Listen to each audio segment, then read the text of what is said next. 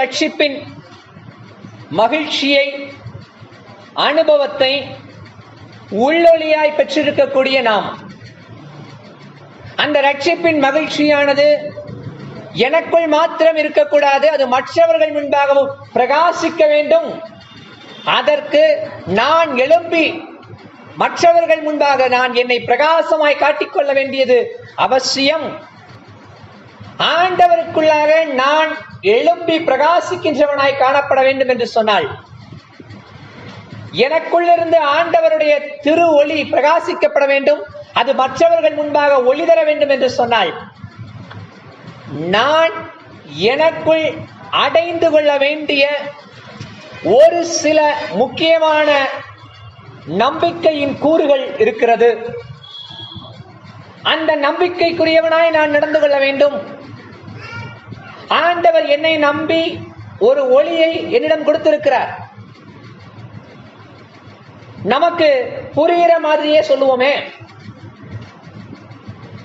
நம்ம வகுப்புல இருக்கிற 40 பையங்களுக்கும் சாக்லேட் கொடுக்கணும்னு வாத்தியார் முடிவு பண்ணிட்டாரு.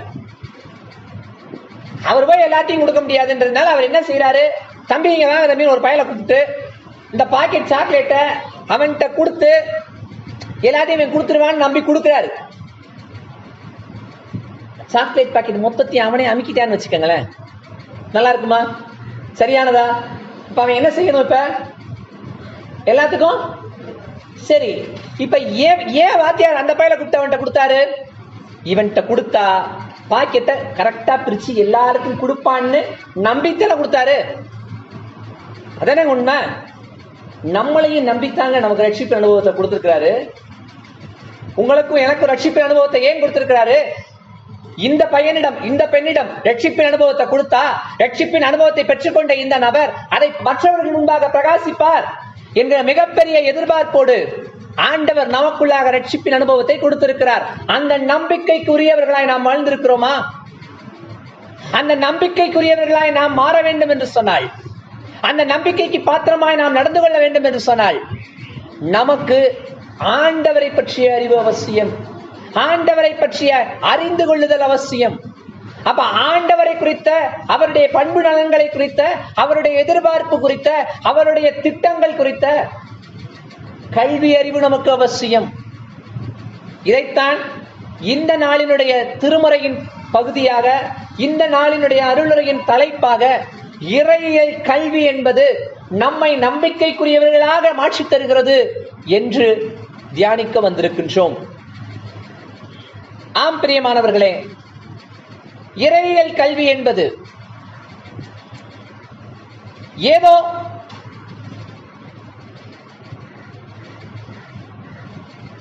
இறையியல் கல்லூரிகளில் மட்டும் சொல்லித் தருகிற ஒரு செய்தி கிடையாது. இறையியல் கல்வி என்பது ஒவ்வொரு நாளும் ஒவ்வொரு வாரமும் நமக்கு சொல்லிக் கொடுக்கப்பட்டுக் கொண்டே வருகிறது.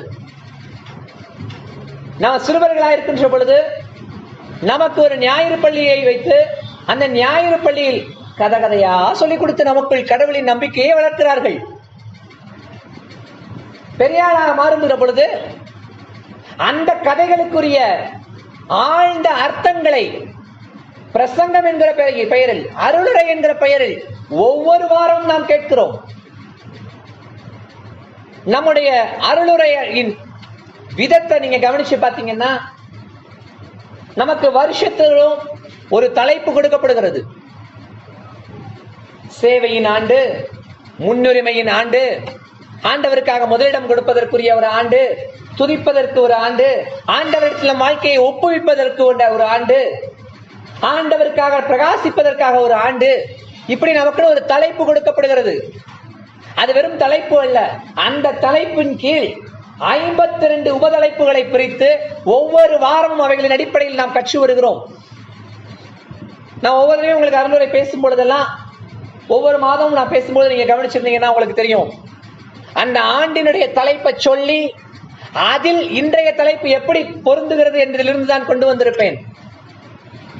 நம்முடைய அருளுரைகள் அப்படியாக நமக்கு வடிவமைக்கப்பட்டு கொடுக்கப்பட்டிருக்கிறது. ஏன் தெரியுமா? ஆண்டவரை கொடுத்த ஒரு சிஸ்டமேட்டிக் லேர்னிங், சரியான முறைப்படுத்தப்பட்ட கற்றுக்கொள்ளுதல் அவசியம்.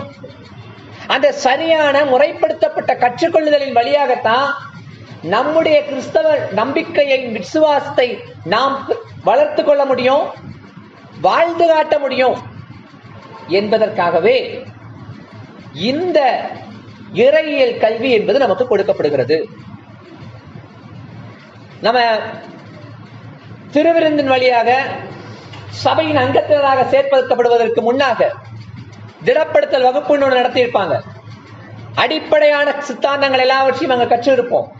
மூல உபதேசங்கள் எல்லாவற்றையும் அங்க கற்றிருக்கின்றோம். ஏன்? அவைகளை கற்று தெளிவடைகிற பொழுது மட்டும்தான் நம்முடைய நம்பிக்கையில நம்மால் நிலைத்து நிற்க முடியும் என்பதற்காக கற்றுக்கொள்கிறோம். ஒவ்வொரு வாரமும் பிரசங்கம் கேட்கிற பொழுதெல்லாம் அதுல ஒரு 3 குறிப்புகளை வைத்து ஒரு அருளுரையை நம்ம கேட்கிற பொழுதெல்லாம் அந்த அருளுரையின் வாயிலாக, அந்த அருளுரையில் சொல்லப்படுகிற குறிப்புகளின் வழியாக அந்த வாரம் முழுவதும் ஆண்டவர் நம்மோடு பேசுகிறார். அந்த வசனமானது, அந்த மைய வசனமானது குழந்தைங்க முன்னாடி வந்து சொல்லுவதற்கு மட்டுமல்ல, என்னோடு அந்த வாரம் முழுவதும் பேசுவதற்கு, என்னோடு ஒவ்வொரு நாளும் பேசிக்கொண்டே இருப்பதற்கு, ஒவ்வொரு நாளும் அதன் அடிப்படையில நான் வாழ்ந்து கொண்டே இருப்பதற்கு, அந்த வசனம் எனக்குள் கிரியை செய்வதற்கு. இதுதான் இறையியல் கல்வி. சில வருடங்களுக்கு முன்னாடி நம்ம வீடுகளில் ஒரு பழக்கம் இருந்தது, பழைய தலைமுறையினரிடம் இருந்தது. சர்வீஸ் முடிஞ்சு வீட்டுக்கு போன உடனேயும் இன்னைக்கு பிரசங்கியார் என்ன பிரசங்கம் பண்ணாருன்னு சொன்னாதான் சாப்பாடு உண்டு. பழைய தலைமுறை ஆட்களுக்கு இது தெரிஞ்சிருக்கும். இதெல்லாம் நம்ம வீடுகளில் நடந்திருக்கிறது. என்ன பிரசங்கம் பண்ணாருங்கிறத வீட்டில் இருக்கிற எல்லாரும் உட்கார்ந்து, எனக்கு அந்த 2வது குறிப்பு ரொம்ப பிடிச்சிருந்துச்சு, எனக்கு அந்த 3வது குறிப்பு ரொம்ப பிடிச்சிருந்துச்சு அப்படின்னு அந்த குறிப்புகளின் அடிப்படையில் பேசி மகிழுகிற பொழுது அவர்களுக்குள் முதலாவது ஐக்கியம் பெருகுகிறது.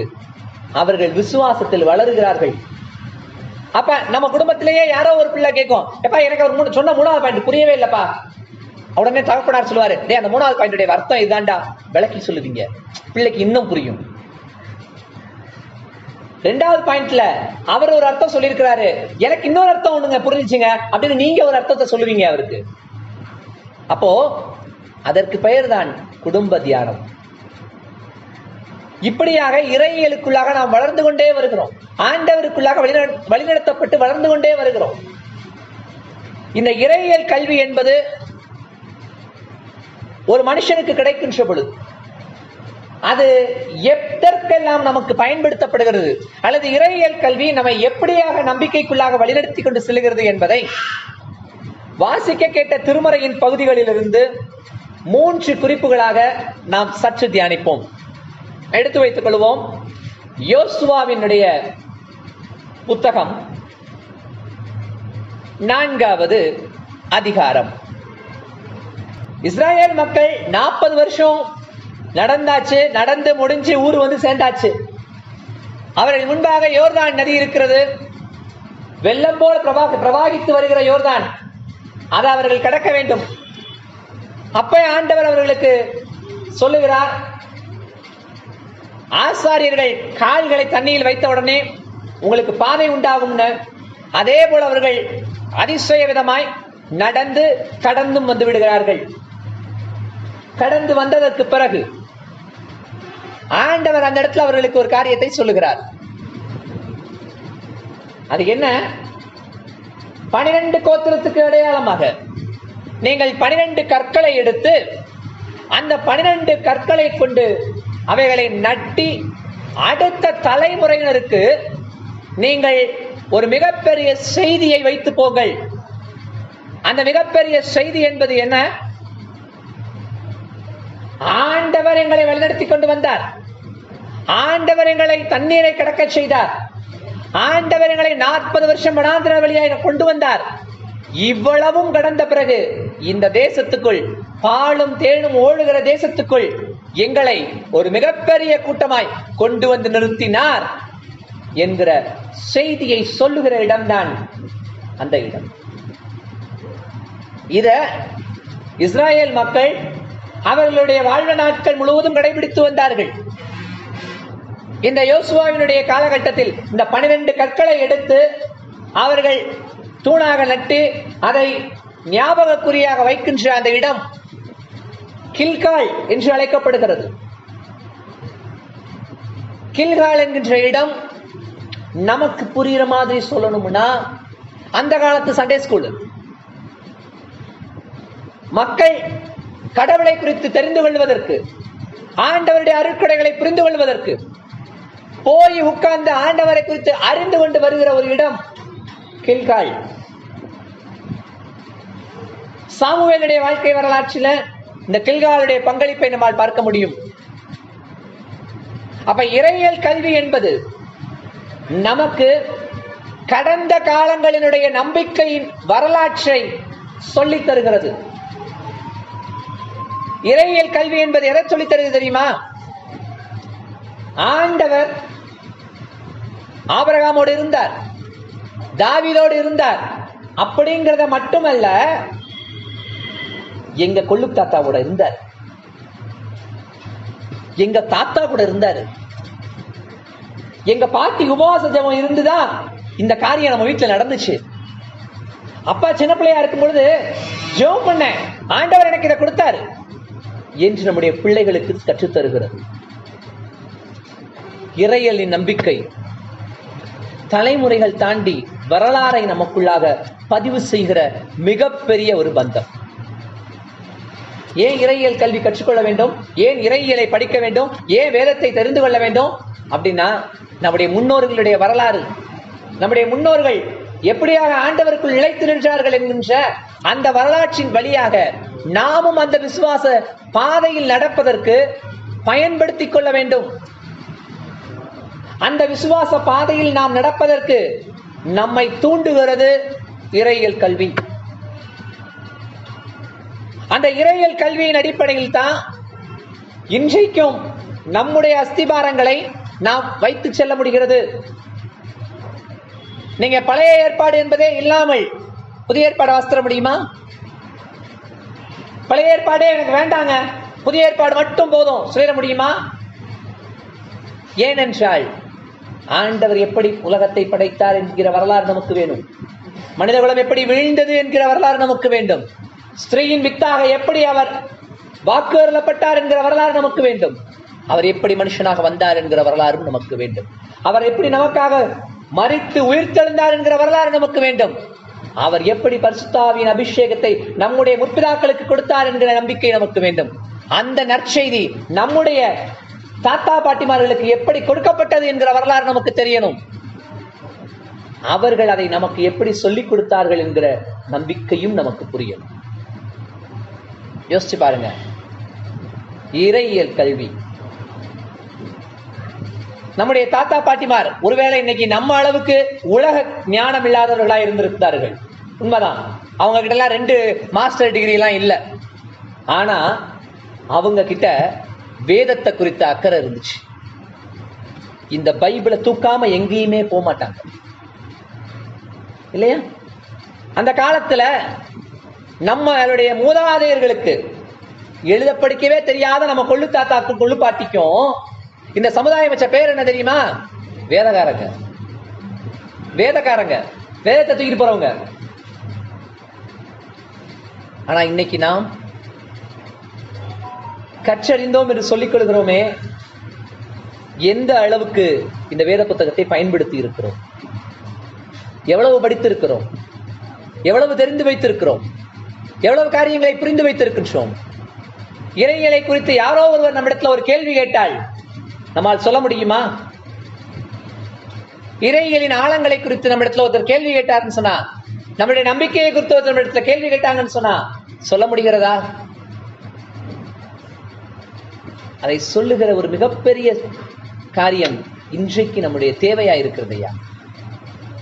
நம்முடைய நம்பிக்கை என்பது இறையியல் கல்வியை கற்றுக்கொள்ளுகிற பொழுது, வேதத்தை படிக்கின்ற பொழுது, வேதம் சார்ந்த வியாக்கியானங்களை தெரிந்து கொள்ளுகிற பொழுது நம்முடைய நம்பிக்கை இன்னும் இன்னும் இன்னும் இன்னும் என்று வளர்ந்து கொண்டே போகிறது.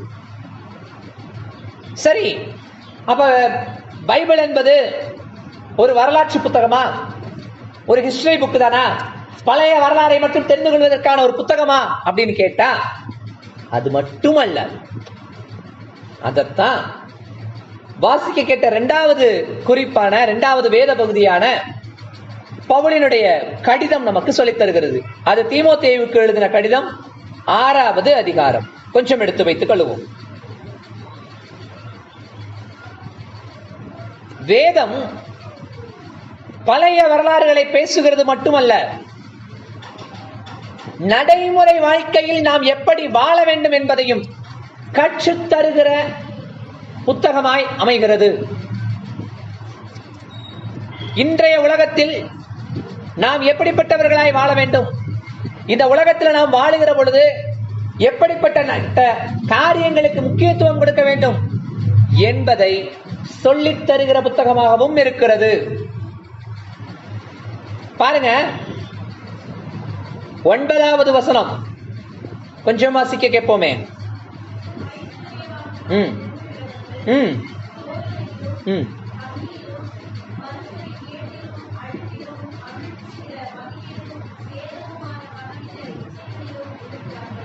இன்றைக்கும் மனிதர்கள் பல நேரங்களில் விழுந்து போகிறார்கள். வாழ்க்கையில் விழுந்து போகிற மனிதர்களை பார்த்தீங்கன்னு சொன்னா அவர்கள் விழுந்து போகிற விதங்கள் என்னென்னமா? சோதனை, கண்ணி, மதிகேடு, சேதம். 4 காரியங்களில் இன்றைக்கும் மனிதர்கள் விழுந்து போகிறார்கள். பல நேரங்கள்ல அவர்களுடைய நம்பிக்கையோ அவர்களுடைய உண்மைத்தன்மையோ சோதிக்கப்படுகிற பொழுது பல நேரங்களில் மனிதர்கள் விழுந்து போகிறார்கள். மற்ற மனிதர்களால் கண்ணி வைக்கப்படுகிற பொழுது, மற்ற மனிதர்களால் ஏதோ நாம் விழுவதற்குரிய சூழ்நிலைகள் உருவாக்கி தரப்படுகிற பொழுது அதில் அறிவில்லாமல் போய் மாட்டிக்கொண்டு விழுந்து விடுகிறவர்களாய் இன்றைக்கு மக்கள் காணப்படுகிறார்கள். சேதம், வாழ்க்கையில் ஏற்படுகிற பிரச்சனைகள், போராட்டங்கள், அவைகளினால் ஏற்படுகிற இழப்புகளில் மனிதர்கள் இன்றைக்கு விழுந்து போகிறார்கள். ஆனால் இவைகள் எல்லாவற்றையும் ஒரே ஒரு காரியம் இன்றைக்கு ஆக்கிரமித்துக் கொண்டிருக்கிறது. அது என்ன? பண ஆசை. பண ஆசை. ஐஸ்வர்யம் ஆக வேண்டும் என்று விரும்புகிற ஜனங்கள் இன்றைக்கு இப்படியெல்லாம் கஷ்டப்பட்டுக் கொண்டிருக்கிறார்கள். நீயோ, அதானங்க 10வது வசனம்.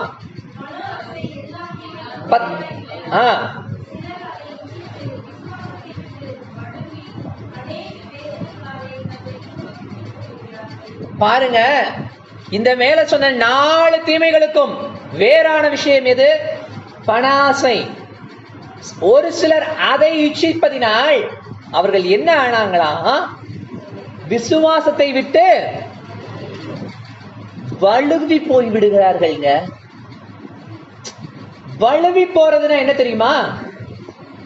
இந்த வழுக்கி விழுந்துறதுன்னு நம்ம ஊர்ல சொல்லுவோம்ல, கிட்டத்தட்ட அப்படி புரிஞ்சுக்கிருவோமே. எப்ப வழுக்கி விழுவோம்? நீங்க சொல்லுங்களேன், எப்ப வழுக்கி விழுவோம்?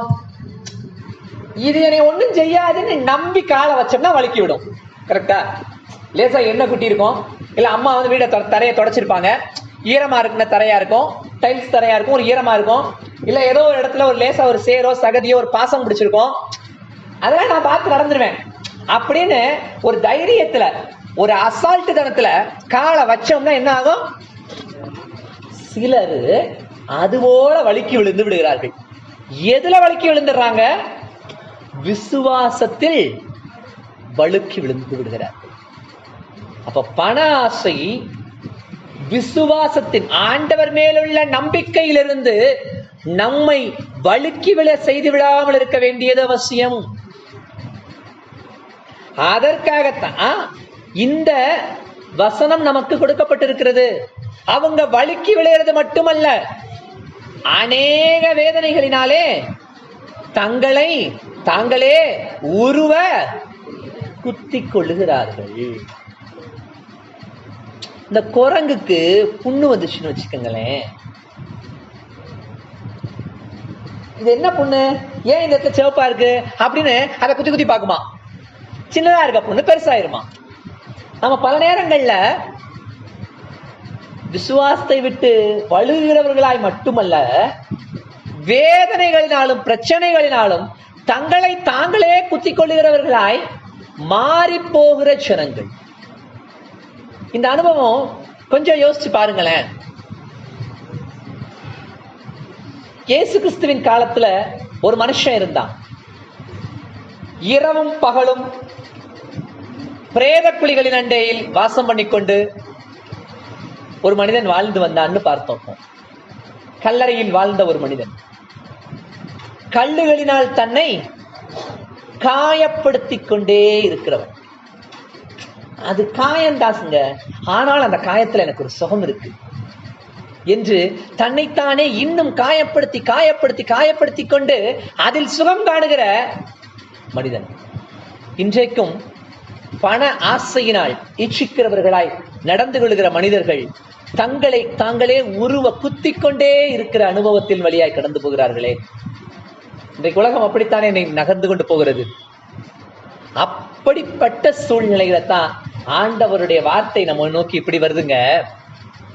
நாம் அந்த விசுவாசத்துல இருந்து என்ன செஞ்சிடக்கூடாதான், வழுவி போய்விட கூடாது. அப்படியே நம்ம கையில இருக்கக்கூடிய வேத பகுதியை யூதா எழுதின நற்செய்தி நூலுக்கு திருப்புங்க. அப்படி ஒரு புஸ்தகம் நம்ம பைபிள்ல இருக்கு. வெளிப்படுத்தின விசேஷத்துக்கு முந்தின பக்கத்துல கொடுத்திருக்காங்க, எடுத்து பாருங்களேன். யூதான்னு ஒரு புஸ்தகம் இருக்கு. ஏன் பைபிள்ல இருக்கு, உங்க பைபிள்ல இருக்குதான்னு பாத்துக்கங்க. யூதா அப்படின்னு ஒரு புஸ்தகம், வெளிப்படுத்தின விசேஷத்துக்கு முந்தின புஸ்தகம். பக்கம் வேணுமா? 333 புதிய ஏற்பாட்டுல பக்கம் நம்பர் 333 333 கரெக்ட் தான் சொல்லியிருக்கேன். அந்த யூதா எழுதின பொதுவான நிருபத்தினுடைய 24வது வசனத்தை கொஞ்சம் வாசிங்களேன்.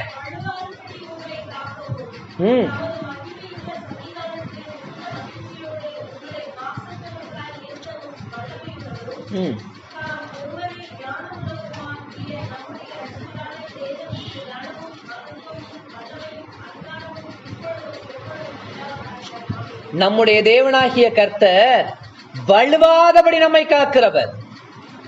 விசுவாசத்தினாலே வழுவி போன ஜனங்கள் மத்தியில், விசுவாசத்தினாலே வழுவி போய் அநேக வேதனைகளால் தங்களை உருவ குத்திக் கொண்ட ஜனங்கள் மத்தியில் நம்மை வலுவாமல் காக்கிறவர் உண்டுங்க.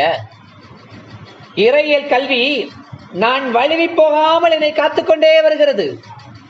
இறையியல் கல்வியின் வழியாக, ஆண்டவரை குறித்த அறிதலின் வழியாக நான் வழுவி போகாதபடிக்கு என்னை காத்துக்கொண்டே இருக்கிறேன் என்கிற அனுபவம் இன்றைக்கும் நமக்கு தேவை. அதனாலதான் இங்க வேதம் ரொம்ப தெளிவாய் சொல்லுகிறது. அந்த 1 தீமோத்தேயு 6வது அதிகாரத்துடைய 11வது வசனத்துல, நீயோ இன்னைக்கும் ஆண்டவர் நம்மை பார்த்து நீ தேவனுடைய மனுஷன் என்பதை உணர்ந்து கொள் என்கிற மிகப்பெரிய டைட்டில் கார்டை நமக்கு தர்றாருங்க. நீங்களும் நானும் சாதாரணமானவர்கள் அல்ல, நாம் தேவனுடைய மனிதர்கள், தேவனுடைய மனிதர்கள், தேவனை பிரதிபலிக்க வேண்டியவர்கள், அவருக்குரியவர்கள். அப்படிப்பட்ட நம்ம விசுவாசத்துல, நடைமுறை வாழ்க்கையில வழுக்கி விழுந்துடக்கூடாது. என்ன செய்யணுமா? அவைகளை விட்டு ஓடிவிடு. ஓடுவது மட்டுமல்ல, இங்க 2 விஷயம் இருக்கு. ஒன்னு ஓடு, இன்னொன்னு நாடு. இருக்கான்னு பாருங்களேன். நீ அவைகளை விட்டு ஓடி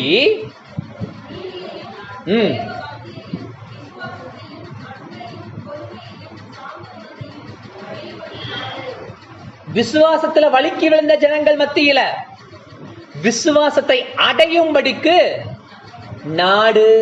அதுதான் அந்த வசனம் சொல்லுது. அந்த விசுவாசத்தோட சேர்ந்து நிறைய விஷயங்கள் இருக்கு. நீதி, தேவ பக்தி, அன்பு, பொறுமை, சாந்த குணம், விசுவாசம்.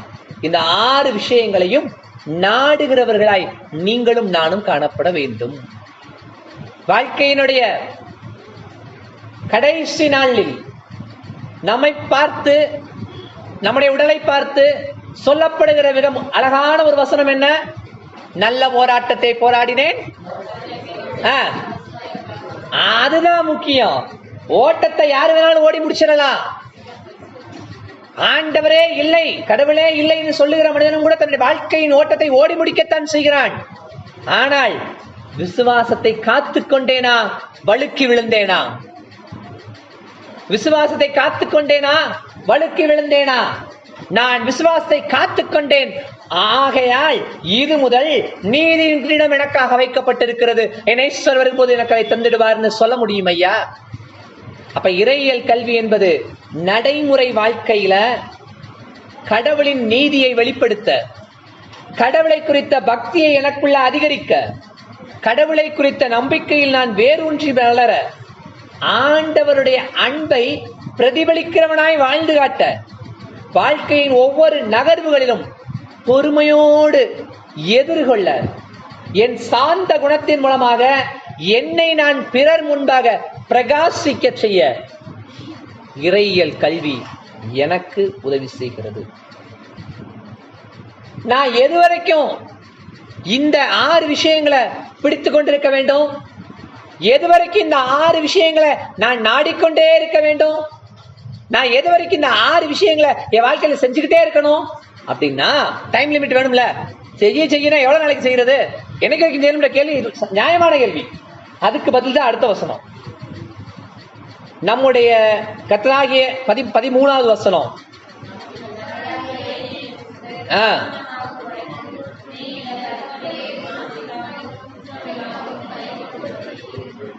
நம்முடைய கர்த்தராகிய இயேசு கிறிஸ்து பிரசன்னமாகிற நாள் வரைக்கும் இந்த கற்பனையை மாசு இல்லாமல், குற்றம் இல்லாமல் கைகொண்டே வருகிற வேண்டிய அவசியம் இருக்கிறது. ஏனென்றால் நித்திய ஜீவனை நீ பற்றிக் கொள்வதற்காகவே அழைக்கப்பட்டிருக்கிறாய் என்கிற மிகப்பெரிய நடைமுறைத்துவத்தை சொல்லிக் கொடுக்கிறது இறையியல் கல்வி. நான் கடவுளை கற்றுக்கொள்வது, கடவுளை தெரிந்து கொள்வது. ஏன் வார வாரம் இப்படி ஒரு சர்வீஸ்? ஏன் வார வாரம் நான் வந்து உட்காந்து ஒரு அரை மணி நேரம் உட்காந்து ஒரு மெசேஜ் கேட்க வேண்டியிருக்கு? நான் ஏன் அரை மணி நேரம் ஒவ்வொரு வாரம் ஸ்பெண்ட் பண்றேன்? ஏன் ஒவ்வொரு நாளும் வேத வசனம் உட்காந்து வாசிச்சு தியானிக்கின்றேன்? இதனால எனக்கு என்ன கிடைக்கிறது அப்படின்னா, நடைமுறை வாழ்க்கைக்குரிய மிகப்பெரிய யதார்த்தத்தை புரிந்து கொள்ள முடிகிறது. ஒரு வயசான தாத்தா ஒவ்வொரு நாளும் ஆலயத்துக்கு தவறாமல் செல்வார். காலையில எந்திரிச்சோடனே ஆலயத்துக்கு செல்வார், மறுபடியும் சாயங்காலம் ஆலயத்துக்கு செல்வார். தன்னுடைய வாழ்க்கையினுடைய அனுபவமாய் கொண்டிருந்தார் அவர். ஒரு சின்ன பையன் ரொம்ப நாள் அவரை வாட்ச் பண்ணிட்டே இருந்தான். ஒரு நாள் நிப்பாட்டி கேட்டான், தாத்தா தினம் கோயிலுக்கு போறீங்களே, என்ன கிடைச்சிச்சு? எப்ப பார்த்தாலும் உபவாச கூட்டம், ஒடுக்க கூட்டம், பெண்கள் ஐக்கிய சங்க கூட்டம், ஆண்கள் ஐக்கிய சங்க கூட்டம், வேதவாட வகுப்பு, ஆசீர்வாத மன்றாட்டு ஜெபம், இப்படியே போய்கிட்டே இருக்கீங்களே தாத்தா, என்னதான் கிடைச்சது இதனால உங்களுக்கு அப்படின்னு கேட்கும் பொழுது தாத்தா சொன்னாரு, சொல்றேன், பதில் சொல்றேன். அதுக்கு முன்னாடி எனக்கு ஒரு சின்ன ஒரு உதவி மட்டும் செய்ய. நம்ம மாட்டு கொட்டகைக்கு போ. மாட்டு கொட்டகையில இந்த சாணியெல்லாம் அல்றதுக்கு ஒரு கூடை ஒன்று இருக்கும், அந்த கூடையை மட்டும் எடுத்துட்டு வா. சரி, நான் போய் எடுத்து வந்தான். இப்ப என்ன செய்ய, அந்த ஓரத்துல குழாய் இருக்குல்ல, குழாயில போய் என்ன செய்ய, இந்த கூடையில ஒரு கூட தண்ணி மட்டும் கொஞ்சம் பிடிச்சிட்டு வா. சரிதான், தண்ணி வேணும். போனா தண்ணியை பிடிச்சிட்டு கூட கண்டிப்பா என்ன செய்யும், ஒழுகும். இவன் வந்து ஐயா கிட்ட வந்து மறுபடியும் நீட்டும் போது கூடையில தண்ணி இருக்குமா? இல்ல. ஐயா வர வழியில சிந்தி போச்சியா? அப்படியா பேராண்டி, ஒரு பிரச்சனையும் இல்லை, மறுபடியும் பிடிச்சிட்டு வந்துட்டாரு. இவனும் சரி சொல்றாரே பெரிய மனுஷன், இவனும் போயிருக்கான் 2வது தடவை, மறுபடியும் பிடிச்சிருக்கான். வந்து வர்றதுக்குள்ள தண்ணி பூரா வழி பூரா கொட்டி போச்சு. பெரியவர் விடல, மறுபடியும் பிடிக்கிட்டாரு. இவனும் போறான், தண்ணியை பிடிக்கிறான், வர்றதுக்குள்ள தண்ணி காலி, ரிப்பீட். இவனும் போறான், தண்ணியை பிடிக்கிறான், வர்றதுக்குள்ள தண்ணி காலி, மறுபடியும் ரிப்பீட். ஒரு 5-6 தடவை இவன் கடுப்பாகி போச்சு. வந்தான், பேசவே இல்லை. தொம்முன்னு அந்த கூடைய தரையில போட்டான். ஐயா தண்ணி வந்து நீங்களே பிடிச்சிக்கிட்டான். இப்ப ஐயா சொன்னாரு, டேய் எனக்கு தண்ணி வேணாண்டா, ஏன்டா கோவப்படுற? ஐயா எவ்வளவு தடவை பிடிச்சேன், ஒரு சொட்டு கூட நிக்கல, ஃபுல்லா ஒழுகி போச்சு. அப்ப அவர் பெரியவர் சொன்னாரு, கரெக்ட் தான்டா, நீ அவ்வளவு தடவை பிடிச்ச, எல்லாமே தண்ணி ஃபுல்லா சிந்தி போச்சு. ஆனா நீ முறை அந்த கூடைய அங்க மாட்டு கொட்டையில இருந்து எடுத்துட்டு வரும்போது அது எவ்வளவு அழுக்கா, எவ்வளவு தூசியோட இருந்துச்சு. ஆனா இப்போ அத 5 தடவை அதுல தண்ணியை மோந்துட்டு வரும் பொழுது இப்ப அந்த கூடை சுத்தமா இருக்கே. அது தண்ணியை கொள்ளாமல் இருக்கலாம், ஆனா அது சுத்தமா இருக்கே. நான் ஆலயத்துக்கு ஒவ்வொரு வாரமும் போறேன். ஒவ்வொரு வாரமும் போகும் பொழுதும் இன்னும் நான் 100% பெர்ஃபெக்டா மாறிடலாம், ஆனாலும் மாறிக்கொண்டே இருக்கிறேன் ஐயா, சுத்தமாகிக்கொண்டே இருக்கிறேனே. அந்த பூரண நாளாகும்படிக்கு நான் கடந்து போய் கொண்டே இருக்கிறேனே. ஆண்டவருடைய பிரகாரத்துக்கு நேராய், ஆண்டவருடைய பிரசனத்துக்கு நேராய், பரலோக ராஜ்யத்துக்கு நேராய் ஒவ்வொரு படியா ஏறிக்கொண்டே இருக்கிறேன் ஐயா. இதுதான் இறையியல் கல்வியினுடைய அனுபவம். நான் இறையியல் கல்வியை கற்றுக்கொள்வது, ஆண்டவரை குறித்து தெரிந்து கொள்வது என்பது அதனுடைய நோக்கம் நடைமுறை வாழ்க்கையில ஒவ்வொரு நாளும் பண்பட்டவனாய் மாறிக்கொண்டே வருகிறேனா என்பதில் இருக்கிறது. ஒவ்வொரு நாளும் பண்பட்டவனாய் மாறிக்கொண்டே வருகிறேனா என்பதில் இருக்கிறது. இன்னைக்கு நம்ம ஒவ்வொருவரையும் பார்த்து இந்த சமுதாயம் கேட்கிற ஒரே ஒரு கேள்வி, ஒரே ஒரு வேண்டுகோள் என்ன தெரியுமா? ஐயரே, இயேசுவை காண விரும்புகிறோம். உங்களை அல்ல, உங்களுக்குள்ளிருந்து இயேசுவை காண விரும்புகிறோம். இதுதான் இன்னைக்கு நம்ம பிரகாசிக்க வேண்டிய, ஓட வேண்டிய ஓட்டமாயிருக்கிறது. நம்முடைய ஓட்டமும் நம்முடைய நாட்டமும் எப்படி இருக்கணும்னா, ஆண்டவரை பிரகாசிக்கின்ற, ஆண்டவரை பிரதிபலிக்கின்றதாய் காணப்படுகிற பொழுது மட்டுமே நாம் சரியான முறையில் ஓடிக்கொண்டிருக்கிறோம் என்று அர்த்தம். நாம் நம்பிக்கைக்குரியவர்களாய் இருக்கிறோம் என்பதும் அர்த்தம். அதற்காகத்தான் ஆண்டவர் இன்னைக்கும் நம்முடைய வாழ்க்கையில் பொறுமையாவே இருக்கிறார்கள். ஒவ்வொரு வருஷமும், ஒவ்வொரு காலகட்டமும் இன்னும் நம்ம மேல கிருபை வைத்து, இன்னும் நம்ம மேல பொறுமையாவே ஆண்டவர் இருப்பதனுடைய காரணம் என்ன தெரியுமா? இவன் இன்னும் எனக்கு தேவை, இன்னும் இவன் எனக்காக பிரகாசிக்க வேண்டிய தேவை இருக்கிறது, இன்னும் இவன் என்னை குறித்து அறிந்து கொள்ள வேண்டிய காலங்கள் இருக்கிறது என் மிகப்பெரிய எதிர்பார்ப்பை, நம்ம மேல பெரிய ஒரு நம்பிக்கைய ஆண்டவர் இன்னைக்கும் வைத்திருக்கிறார். அந்த நம்பிக்கை பழைய காலங்களின் வரலாற்றை தெரிந்து கொள்வது மட்டுமல்ல, நடைமுறை வாழ்க்கையை எப்படி வாழ வேண்டும் என்பதையும் சொல்லித் தருகிறது. அதோடு கூட சேர்த்து வாசிக்க கேட்ட நற்செய்தி வேத பாடத்தை எடுத்துக்கொள்வோம். 3வது குறிப்புக்காக வாசிக்க கேட்ட நற்செய்தி வேத பாடத்துல சிறு வயது முதல் நாம் கேட்ட விதைக்கிறவனினுடைய ஓமை வருகிறது. விதைக்கிறவனுடைய ஊமை. ஒருத்தன் இருந்தானா, விதையெல்லாம் எடுத்துக்கிட்டு போனானா, விதை விதைக்கலாம்னு போனானா, போற வழியிலேயே கொஞ்சம் விதையெல்லாம் போற வழியிலேயே தரையில சிந்திருச்சான், கொஞ்சம் விதையெல்லாம் முள்ளுள்ள இடத்துல சிந்திருச்சான், சில விதையெல்லாம் கற்பாறை நிலத்துல விழுந்துருச்சான், சில விதைகள் மட்டும்தான் நல்ல இடத்துல விழுந்துச்சான் அப்படின்னு சிறுவயது முதலே நாம் கேட்ட ஒரு கதை, உவமை இல்லையா? சரி, இதன் வழியாக இறையியல் கல்வி எனக்கு என்ன சொல்லித்தர விரும்புகிறது? இறையியல் கல்வி என்பது ஆண்டவருடைய திருவார்த்தைகளும் திருவசனங்களும் என்னுடைய வாழ்க்கையில் கடந்த கால வரலாற்றை சொல்லுவது மட்டுமல்ல, நிகழ்கால வாழ்க்கைக்கான ஆலோசனைகளை தருவது மட்டுமல்ல, என்னுடைய எதிர்காலத்தை குறித்த, எதிர்கால நம்பிக்கையை குறித்த, எதிர்கால வாழ்க்கையின் திட்டமிடுதலை குறித்த மிகப்பெரிய அறைகூவலை எனக்கு தருகிறது. என்ன அழைப்பின் அறைகூவல்? இந்த கதைய ஆண்டவர் அவங்களுக்கு சொல்லுகிற பொழுது, இந்த வசனத்தை குறித்து அவங்க ரொம்ப அழகான ஒரு விளக்கத்தை சீஷர்கள் மட்டும் தனியா ஆண்டவரிடம் கேட்டு பெறுகிறார்கள். அது என்ன அப்படிங்கிறத நமக்கு 19வது வசனம் சொல்லும். அதை கொஞ்சம் வாசிப்போமே. மத்தேயு 13:19. அப்ப ராஜ்யத்தின் வசனம் என்பதுதான் விதை இல்லையா? அப்ப பரலோக ராஜ்யத்தின் குறித்த வசனம், பரலோக ராஜ்யத்தை குறித்த எதிர்பார்ப்பு. இறையியல் கல்வி நமக்கு தருகிற மிக முக்கியமான விஷயம் என்ன தெரியுமா? பரலோக ராஜ்யத்தை குறித்த மிகப்பெரிய எதிர்பார்ப்பு. கடவுளை நான் ஏன் என்னுடைய நம்பிக்கையாக வைத்திருக்கிறேன்? கடவுளை என் வாழ்க்கையினுடைய தெய்வமாக நான் ஏன் வைத்திருக்கிறேன்? எல்லாரும் கேட்க வேண்டிய ஒரு கேள்வி தானே, நம்மை பார்த்து நிறைய பேர் கேட்கிற கேள்வி தானே. கடவுளை என் மெய்ப்பராய் வைத்திருக்கிறேன், நான் கவலையே படுறதில்லை. ஏன்? கர்த்தர் என் மெய்ப்பராய் இருக்கிறார். அதுக்கப்புறம் 3 வேளையும் சோறு போட்டு வயிறார தண்ணி குடிக்க வைக்கிறாரு.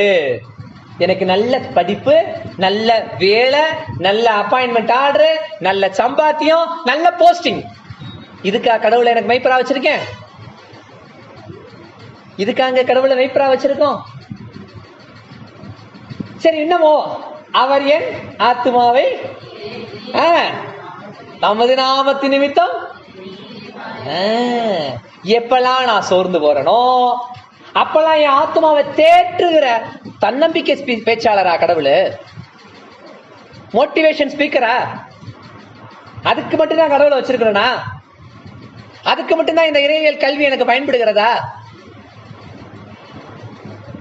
சிந்திக்கணும்ல. சரி, வருவோம். நான் மரண இருளில் காக்கிலே நடந்தாலும் வாழ்க்கையில எல்லா மனிதர்களுக்கும் ஏற்ற இறக்கங்கள் வரும், ஏற்ற தாழ்வுகள் வரும். அப்படி ஏற்ற தாழ்வுகள் வரும் பொழுதெல்லாம் உமது கோலும் உமது தடியும் என்னை தேற்றிக்கொண்டே வரும் அப்படின்னு நம்மை நாம ஆற்றுப்படுத்தல் ஆற்றுதல் கொள்ளுவதற்கு, நம்மளை ஆசுவாசப்படுத்திக்கிறதுக்கு மட்டும்தான் கடவுளை மெய்ப்பரா வச்சிருக்கோமா? ஏதோ ஆறுதல் சொல்றதுக்கு ஒரு கவுன்சிலருங்க, ஒரு சைக்காலஜி கவுன்சிலரா மட்டுமே கடவுளை வச்சிருக்கிறோமா? அதுக்குத்தான் இறையியல் கல்வியா? என் சத்துருக்கள் முன்பாக 4 பேர் முன்னாடி எனக்கு ஒரு பார்ட்டி வச்சு என் தலையை எண்ணெயால் அபிஷேகம் பண்ணணும். அதுக்குத்தான் கடவுளை வச்சிருக்கோமா? 4 பேர் முன்னாடி நான் இந்த தெருவில் தளர்ந்து முன்னு நடக்கணும். அதுக்குதான் கடவுளை வச்சிருக்கோமா? 4 பேருக்கு முன்னாடி நான் ஸ்டேட்டஸ்ல உயர்ந்து நிக்கணும். அதுக்குதான் கடவுளை என்னுடைய மெய்ப்பரா வச்சிருக்கிறோமா? இல்லங்க, இல்ல. அப்ப கடவுளை மெய்ப்பரா நான் வைத்திருப்பதனுடைய நோக்கம் என்ன? இந்த ஜீவனுள்ள நாள் வரைக்கும், இந்த வாழ்க்கையினுடைய ஜீவனம் இருக்கிற காலம் முடிகிற வரைக்கும் ஆண்டவர் தருகிற நன்மை, ஆண்டவருடைய கிருபை என்னை தொடர்ந்து வந்து கொண்டே இருக்கிறது. அதற்கு அந்த நம்பிக்கைக்கு உரியவனாய் நடந்து கொள்கிறேனா? அந்த நம்பிக்கைக்கு பாத்திரவனாய் நடந்து கொள்கிறேனா? am I eligible for that? நான் உண்மையிலே அதுக்கு தகுதியுடையவனாய் வாழ்ந்து கொண்டு வருகிறேனா என்கிற மிகப்பெரிய கேள்வியை இந்த அருளுரையின் நேரம் ஆண்டவர் நம்மை கேட்பதை நம்மால் உணர்ந்து கொள்ள முடியும். ஐயா, இறையியல் கல்வி யோசிச்சு பாருங்க. சின்ன வயசுல இருந்து இன்னைக்கு வரைக்கும் வருஷத்துக்கு 52 வாரம், ஆவரேஜா 50 வாரமாவது நம்ம கோயிலுக்கு வந்துருவோம். நம்ம 2 வாரம் ஏதாவது கல்யாணம் காட்சி லீவ் போட்டுருவோமே கோயிலுக்கு. அப்ப வருஷத்துக்கு 50 வாரம். இதுல கிறிஸ்துமஸ், ஜனவரி, ஈஸ்டர், பெரிய வெள்ளிக்கிழமை உபவாச கூட்டம், வார இறுதி ஜெபம், கால ஜெபம், அதெல்லாம் வேற ஒரு கணக்கு போடணும். அந்த கணக்குல ஒரு 50 வச்சுக்கலாம். வருஷத்துக்கு 100 தடவை. இப்படி மட்டுமே ஆண்டவரை வச்சிருக்கிறோமா? அல்லது நான் இந்த ஜீவனம் முடிகிற நாள் வருகிற பொழுது கர்த்தருடைய வீட்டுக்கு போவேன், நான் கர்த்தருடைய வீட்டுக்கு போய் நீடித்த நாட்களாய் நிலைத்து இருப்பேன்னு சொல்லுவதற்குத்தான் கடவுளை என்னுடைய மெய்ப்பராய் வைத்திருக்கிறோம். ஐயா, அதத்தான் இந்த விதைக்கிறவன் ஓமையும் நமக்கு சொல்லித் தருகிறது. ஆண்டவர் நம்மளை நம்பி கொடுக்கிற இந்த நற்செய்தி, ரட்சிப்பின் செய்தி எந்த அளவுக்கு நம்முடைய வாழ்க்கையில் பயன்படுத்தப்பட்டிருக்கிறது.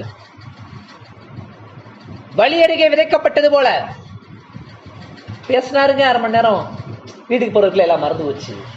நாம பிரசங்கம் பண்ணி சர்வீஸ் முடிச்சுட்டு அப்படியே காய்கறி எல்லாம் வாங்கிட்டு கறியெல்லாம் வேற வாங்கிட்டு அப்படி வீட்டுக்கு நாங்க ஒரு மணி நேரம் கழிச்சு போனோமா, மறந்து போச்சு என்ன பேசினாரு என்று எடுத்து போடப்பட்டதாய் மாறி விடுகிறதா? அல்லது பேசினாருங்க, நல்லதான் பேசினாரு, வேத வசனம்லாம் நாங்களும் பரட்டி புத்தகத்தில் எடுத்தோம், பரட்டின புக்கே கிழிஞ்சு போச்சு, அந்த அளவுக்கு பரட்டி எடுத்தோம், ஆதியாகமத்திலிருந்து பின்னாடி மேப் வரைக்கும் நாங்க பரட்டி எடுத்தோம். பாருங்க, திங்கட்கிழமை செவ்வாய்க்கிழமை வரைக்கும் ஞாபகத்துல இருந்துச்சுங்க. அதுக்கப்புறம் இந்த ஒர்க் டென்ஷன் வந்துச்சு பாத்தீங்களா, வேலை பளு, அது அப்படியே கொஞ்சம் நெருக்கிருச்சு. அதனால வசனம் வளர முடியாம போச்சு என்று சொல்லுகிறோமா? பல நேரங்களில் பண ஆசை என்கிற முள், குடும்பத்தில் ஏற்படுகிற பிரச்சனைகள் என்கிற முள், பொருளாதார நெருக்கடி என்கிற முள், சிற்றின்பங்கள் என்கிற முள், சமுதாயத்தினுடைய சந்திப்புகள் என்கிற முள் நெருக்குவதனாலே வேத வசனங்கள் நம்முடைய வாழ்க்கையில் கிரியை செய்ய முடியாதபடிக்கு உலர்ந்து போகிறதா என்பதை நாம் கொஞ்சம் மறுபடியும் சிந்திக்க அழைக்கப்படுகிறோமே. இதே காரியத்தை குறித்து யூதா எழுதின பொதுவான நிருபம் 12வது வசனத்துல ஒரு காரியம் இருக்குங்க. ஒரு குறிப்பிட்ட மக்களை குறித்து, ஒரு மரத்தை குறித்து, மரத்துக்கு ஒப்பனையான மனிதர்களை குறித்து அந்த யூதா எழுதின பொதுவான நிருபத்துடைய 12வது அதிகாரம் நமக்கு ஒரு படிப்பினையை தரும். அது என்ன தெரியுமா? பாருங்க, அந்த 12வது வசனத்தினுடைய கடைசி பகுதியில 4 குறிப்புகள் சொல்லப்படுதுங்க. இலை உதிர்ந்து, கனியற்று, 2 தரம் செத்து. இன்னைக்கு நம்ம கிட்ட இந்த பண்பு காணப்படுகிறதா? ஆண்டவருடைய வசனம் விதைக்கப்பட்டிருக்கு, ஆனா விதைக்கப்பட்ட ஆண்டவருடைய வசனமானது செடியாவது வளர்ந்திருக்கா? செடியா வைக்கப்பட்ட ஒரு விஷயம் தென்னை மரமாவே எடுப்போம், 5 ஆண்டுகளில் கனி கொடுக்க ஆரம்பிச்சிருதுன்னு சொல்றோமே. 30 ஆண்டுகளாக கடவுளை குறித்து கற்றுக்கொண்டே வருகிறோமே, 3000 தடவை ஆண்டவருடைய சமூகத்தில் வந்து அமர்ந்திருக்கிறோமே. நாம் இன்னைக்கும் விதையா இருக்கோமா? செடியாவது வளர்ந்திருக்கோமா? மரமாவது எந்திரிச்சு நின்றுக்கோமா? நாம் எப்படி இருக்கோம்? 30, 60, 100 அப்படிங்கிறது நம்ம எங்க பயன்படுகிறோம் அடிப்படையில மாறுபடலாம். ஹவுஸ் ஒய்ஃபா இருக்கக்கூடிய ஒரு சகோதரி, அவங்களுடைய அதிகபட்ச அவங்களுடைய சந்திக்கின்ற மனிதர்கள் என்பவர்கள் பக்கத்து வீட்டுக்காரமாவும் எழுத்து வீட்டுக்காரமாவும் தான். அவங்களால சுவிசேஷம் அத்தனை பேருக்கு மட்டும் தான் சொல்ல முடியும். அந்த 2 பேருக்கு முன்னாடி மட்டும் தான் அந்த அம்மா சாட்சியா வாழ்ந்துட முடியும். அப்ப இவங்களுடைய எல்லை என்பது ரொம்ப குறுகிய எல்லை. அவர்களால 2 பேருக்கு சாட்சி பகிர்ந்து விட முடியும். ஆனா அதே சமயத்துல பள்ளிக்கூடத்துக்கோ கல்லூரிக்கோ போகக்கூடிய ஒருத்தர் வகுப்புல 40 பேருக்கு முன்பாக சாட்சியாக மாறிவிட முடிகிறது. ஒரு பொது ஸ்தலத்துல வேலைக்கு செல்கிற ஒரு பெரிய மனிதர் 100 பேர் காலையிலும் சாயங்காலம் வரைக்கும் அவரை பார்க்கிறார்கள். 100 பேருக்கு முன்பாக சாட்சியாய் மாறிவிட முடிகிறது. ரட்சிப்பின் அனுபவத்தை பெற்றுக்கொண்ட நம்முடைய வாழ்க்கையில யாரோ ஒருத்தர் 2 பேருக்கு, யாரோ ஒருத்தர் 40 பேருக்கு, யாரோ ஒருத்தர் 100 பேருக்கு சாட்சியாக மாறத்தான் செய்கிறோம். எல்லாமே நல்ல நிலம்தான். அது 30ஆகவும் இருக்கலாம், 60ஆகவும் இருக்கலாம், 100ஆகவும் இருக்கலாம், 2 பேராகவும் இருக்கலாம், 40 பேராகவும் இருக்கலாம், 100 பேராகவும் இருக்கலாம். ஆனா உண்மையிலேயே நம்ம மரமாக இருந்திருக்கிறோமா? பலன் கொடுத்திருக்கிறோமா? பரலோக ராஜ்யத்தை அறிவித்திருக்கிறோமா? நம்ம பெற்றுக்கொண்ட ராஜ்யத்தின் சந்தோஷத்தை, ராஜ்யத்தினுடைய புரிதலை, ராஜ்யத்தினுடைய மேன்மையை நம்ம அடுத்தவங்களுக்கு சொல்லி இருக்கிறோமா என்கிற மிகப்பெரிய கேள்விக்குறியைத்தான் இந்த பகுதியின் உவமை நமக்கு கற்றுத்தருகிறது. யோசிச்சு பாருங்க. அந்த யூதா எழுதின பொதுவான நிருபத்தினுடைய 12வது வசனத்துல அந்த மரத்தை குறித்த 4 குணாதிசயங்களை நம்மளால பார்க்க முடியும். கொஞ்சம் யோசிச்சு பார்ப்போம். நம்மளுடைய வாழ்க்கையில அந்த 4 குணாதிசயங்கள் பொருந்தி போகிறதா? நம்முடைய வாழ்க்கையில அந்த 4 குணாதிசயங்கள் ஏதாவது ஒரு ரூபத்துல, ஏதோ ஒரு ஓரத்துல ரெஃப்ளெக்ட் ஆகுதா? இலை உதிருகிற தன்மை. வாசிக்க கேட்டமே, மாறி மாறி வாசிச்சோமே, அது என்ன அதிகாரம், என்ன பாடல வாசிச்சோம்? சங்கீதம் 1. அங்க இந்த இலைய பத்தி ஒரு வசனம் இருக்குங்க. அது என்னன்னு கொஞ்சம் எடுத்து சொல்லுங்களேன் பாப்போம். கர்த்தருடைய வேதத்தில் பிரியமாயிருக்கிறவன், இறையியல் கல்வியில் பிரியமாயிருக்கிறவன் இலை உதிராத மரத்தை போல் இருப்பான். ஆனா பல நேரங்களில் இலை உதிர்ந்த மரங்களாய் காட்சியளிக்கிறோமா? கிறிஸ்துவுக்குள் பிரியமானவர்களே, இலை நல்லா இருக்குங்க, நிறைய இருக்கு. ஆனா ஒரு கனி கூட இல்லைன்னா அந்த அனுபவம் ஆண்டவர் சந்தித்த அத்திமரத்தினுடைய அனுபவமாய் மாறி போகுமே. இலை நல்லா தான் இருக்கு, அழகழகா இருக்கு, நிறைஞ்சு இருக்கு, ஆனா கனியே இல்லைன்னு வைங்க, அது ஆண்டவர் சந்தித்த அத்திமரத்தின் அனுபவமாய் மாறி போகுமே. சரி, இன்னொரு அனுபவத்துக்கு வருவோம். ஐயா, ஒரு மரம் இருக்கு, நீங்க நிறைய மரம்லாம் வேற வெட்டி போட்டிருக்கீங்க. வெட்டி போட்டீங்கல்ல, ஒரு 10 நாள் அப்படியே விட்டீங்க, ஊர்ல கொஞ்சம் மழை பெய்யுதுன்னு வச்சுக்குவோம் கண்டினியூஸா. அந்த வெட்டி போட்ட மரக்கட்டையில இருந்து இலை துளிர்க்குமா? துளிர்க்கும்ல, துளிர்க்கும் இல்லையா? சரி, அப்ப வெட்டி போட்ட மரத்துல இருந்து கூட மறுபடியும் ஒரு துளிர்ப்பு இருக்குன்ற ஒரு நம்பிக்கை இருக்கு. ஒரு காலகட்டத்துல பாவத்து நிமித்தம் கிறிஸ்துவை அறியாதவர்களாய் வாழ்ந்து கொண்டு, பாவத்துக்கு செத்தவர்களாய் வாழ்ந்து கொண்டிருந்த நமக்கு ரட்சிப்பின் அனுபவத்தை ஆண்டவர் கொடுத்திருக்கிறார். கொடுத்ததுக்கு பிறகு மறுபடியும் பின்மாற்றமாய் போனோம்னா அது 2 தரம் செத்ததுக்கு அடையாளமே.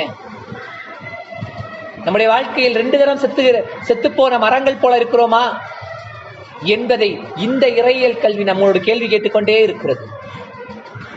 4வது ஒன்று குறிப்பு இருக்குங்க. அது என்ன? வேர் அற்று போன மரம். வேர் அற்று போன மரம். இன்னைக்கும் நம்ம எப்படி இருக்கிறோம்?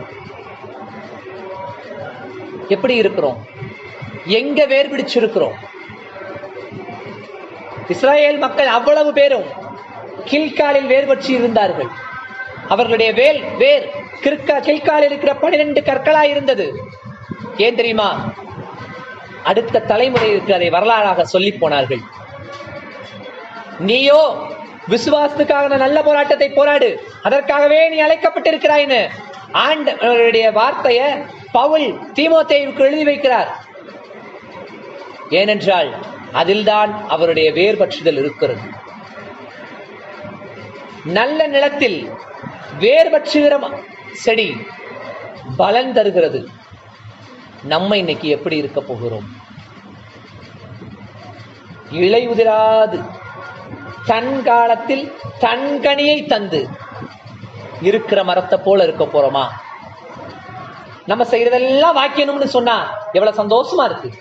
நம்மளை பார்த்து ஒருத்தவங்க நீ செய்வதெல்லாம் வாய்க்கும் அப்படின்னு ஆசீர்வாதமா ஒரு வசனம் சொன்னா எவ்வளவு நல்லா இருக்கு.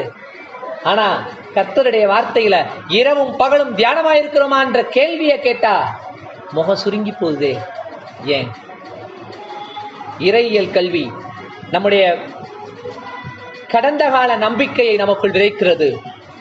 இறையியல் கல்வி நடைமுறைத்துவத்துக்கு தேவையான ஆலோசனைகளை வழங்குகிறது. இறையியல் கல்வி எதிர்காலத்துக்கு நேராய் நம்மை நம்பிக்கையோடு நடைபோட செய்கிறது. கிறிஸ்துவின் ராஜ்யத்துக்கு ஏற்ற பணிகளை செய்து முடிக்க நம்மை உத்வேகப்படுத்துகிறது. இந்த புரிதலோடு கண்களை மூடி ஜெபம் செய்வோம். பிதாவே, உம்முடைய பிள்ளைகளாய் இந்த பூமியில் வாழுகிற நாங்கள் வறண்ட தண்ணீரற்ற இந்த பூமியில் திரண்ட நீராயிருக்கும் உம்மை நாடுகிறவர்களாய், தண்ணீர் வாய்க்கால்களை நோக்கி தங்கள் வேர்களை விடுகிறவர்களாய் நாங்கள் காணப்பட தேவனே எங்களுக்கு சொல்லித்தார். ஜீவனத்தின் பெருமையை, ஜீவனத்தை பற்றிக் கொள்ளுகிறவர்களாய், விசுவாசத்திலிருந்து வழிவை போகிறவர்களாய் அல்ல, தேவன் மீது உள்ள காதலை ஆவலாய் நாடுகிறவர்களாய் எங்களை மாற்றிப் போடும். தேவனே, ஒவ்வொரு நாளும் நீர் எங்களை காத்துக்கொண்டே வருகிறீர் என்கின்ற நம்பிக்கையின் நிச்சயத்தை அடுத்த தலைமுறையினருக்கு சொல்லித் தருவதற்கு நாங்கள் கற்றுக்கொண்ட இறையியல் கல்வி எங்களுக்கு பயனுள்ளதாய் பயன்படக்கூடியதாய் மாறட்டும். அதற்கு எங்களுக்கு அருள் புரியும். நீரே பொறுப்படுத்திக் கொள்ளும், வழி நடத்தி செல்லும். இன்ப ரட்சகர் இயேசு கிறிஸ்துவின் நாமத்தில் வேண்டிக் கொண்டோம் பிதாவே, ஆமேன்.